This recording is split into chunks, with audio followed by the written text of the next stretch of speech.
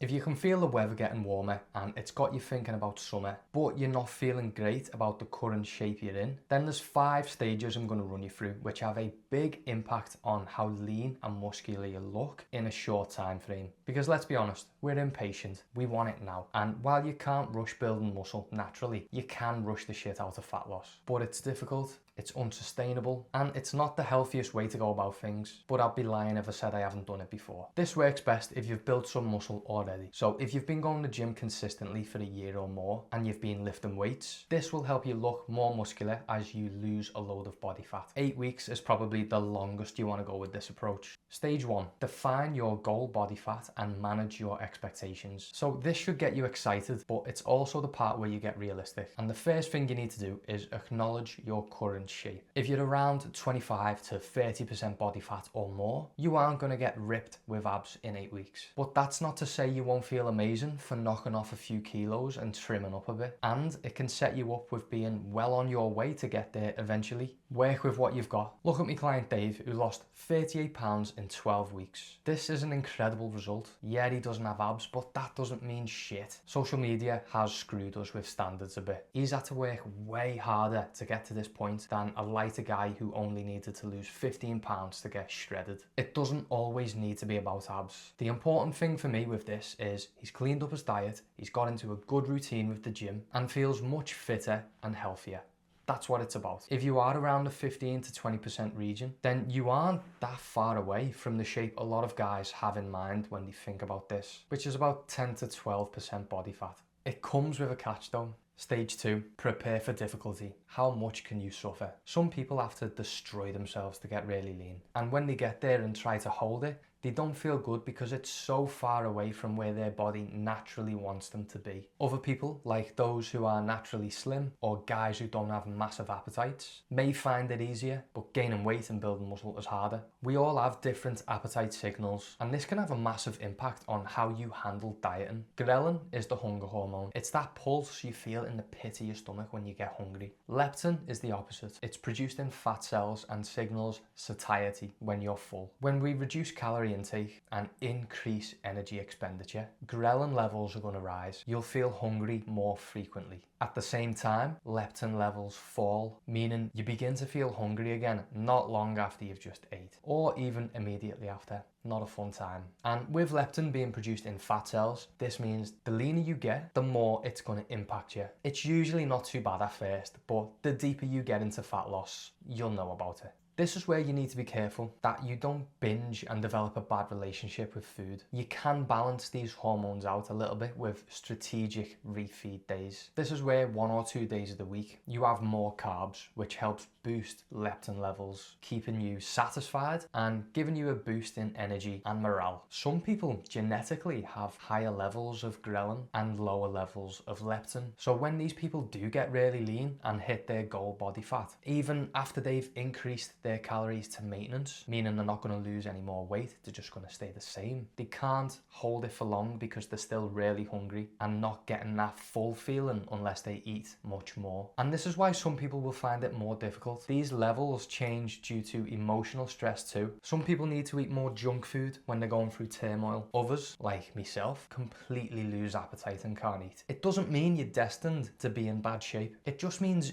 you might be at your best at 15% instead of 10, and there's nothing wrong with that. You can still be incredibly fit and strong and look great at that weight. Talking of strong, let's go to stage 3, the training split. I've found 2 different methods which work best when it comes to training during fast weight loss, and they're based entirely on preference. Lifting weights is essential to getting in this kind of shape. There's no getting around it, but it doesn't burn a ton of calories. We don't lift to burn more, we lift to build our body. In the past, I've prescribed to people who are really keen going to the gym twice a day, a few times a week. Cardio in the morning, weights in the evening. If you want the result, you make it happen. But you can only do this when you're in a certain type of mindset, and it can cause friction at home if you're never there. So I've found a better approach to lose as much fat as possible in less time. Lift weights 3 days a week and do cardio 3 days a week. Here's my rationale behind the structure. You're not going to build your legs during the cut. Best you can do is hold on to what you've got. So you only need to hit them with weights once a week. They're going to get hit on cardio days anyway, and you'll need some battery power in them to perform cardio well. The other 2 days of weights can be dedicated towards intense upper body sessions. You can get a lot done hitting upper twice a week. Just make sure you're taking most of those sets to or very close to failure. Machines work great for this. And I'm sure most of you know by now that abs need to be trained hard like any other muscle group, and you're pretty much covered with these 2 movements. First one,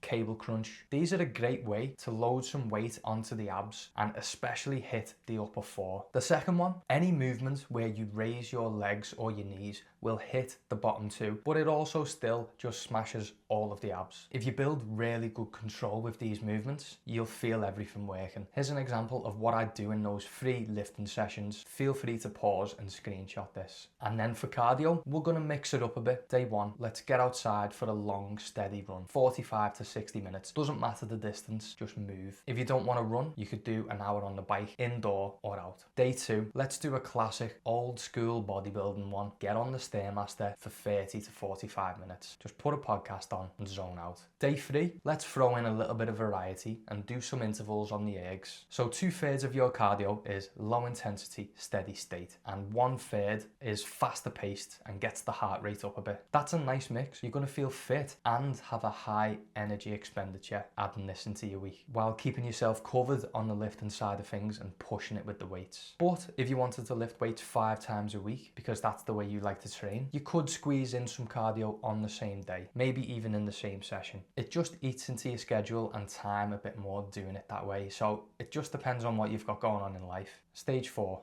the food. This is the most important part. A simple formula you can use is one I stole off Jeff Nippard, where you just times your current body weight in pounds by 10 to 12. So right now I'm 77 kg times 2.205 equals 169.7, call it 170, so that will be 1700. That's tough. I'd probably do times 11 there. So just know the lighter you are, you might be best timesing your weight by 11 or 12. The general recommendation for protein is 1 gram per pound of body weight. But for me, no matter what weight I am, I've always gone with 200 grams or more, and then split the carbs and fats based on what you prefer to fill the remaining calories. The lowest I've been on with calories is around 1700, and that was with 100 grams of carbs Monday to Friday and a little bit extra on weekends. I handled it like a champ 90% of the way, but this got really difficult in the final 10 days of the cut. And that's because I purposely pushed things hard and I was at my leanest point. But here's a few things which I experienced in that last push.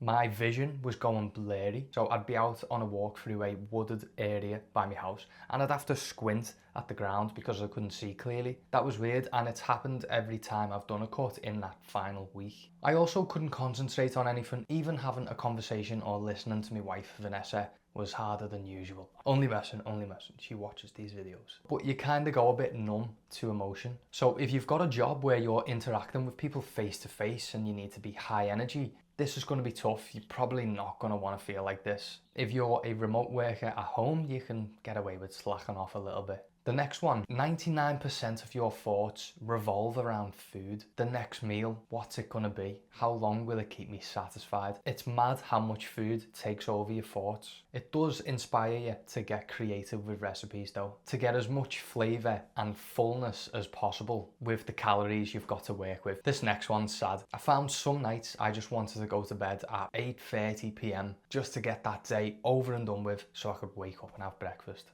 Bit shit. And sleep takes a hit. I thought it was because I had a 3-month-old baby at the time, but even on the nights when he slept well, I still felt like I didn't get any deep sleep. That does beat you down a bit. But here's the thing, although all of this stuff sounds terrible, it's temporary. It's a week or 2 of self-inflicted hell. And you pretty much only reach this point when you are really lean and your body has been in a big deficit and used up a lot of energy to keep you going. So it's a sign that you've basically done it. The finish line is there, and that's what gets you through it. As soon as you up the food again and do it in a strategic way where you don't gain a load of fat and bloatedness, you feel great and you look pumped. Step 5, supplements. There's a few you can take on this journey just to give you that extra bit of, I don't know what that is, but take anything you can get. 1%, 2%, just take it. First one, caffeine, obviously. It's going to get you through the early part of the day, especially if you train early too. Sleep might already be taking a beating, so don't have any past 12 in the afternoon, and instead just focus on drinking loads of fluids. The second one is creatine. You want to keep as much intensity in your lifting as possible, and creatine will just help keep the battery in your muscle topped up enough to perform. A 5 gram scoop is sound for most people, but if you're a bigger guy, see if a heaped scoop makes any difference. Third one, omega-3 fish oils, just for general health. You won't really feel much off them, they're just really good for you. And last one, not a supplement, but a bloody good way to curb that sweet tooth craving after you've ate your lunch or your dinner. A cold, crisp Diet Vimto was heavenly after I'd finished the meal, and stopped me doing that walk to the fridge where you just open it and look at everything you can't have. Diet drinks work really well as a tool for fat loss, and I would 100% recommend you use them. Follow those 5 stages and you should be well on your way to getting in the shape you want for summer. Remember, this isn't the most sustainable way to go about things. A lot of coaches like to promote an easier, more gradual approach, which is good, but it's a much longer process. And the whole point of this is to make big changes fast. It's all in. Thanks for watching, I'll see you soon. YouTube's got another video here that you'll like. Now, go and get in the best shape of your life.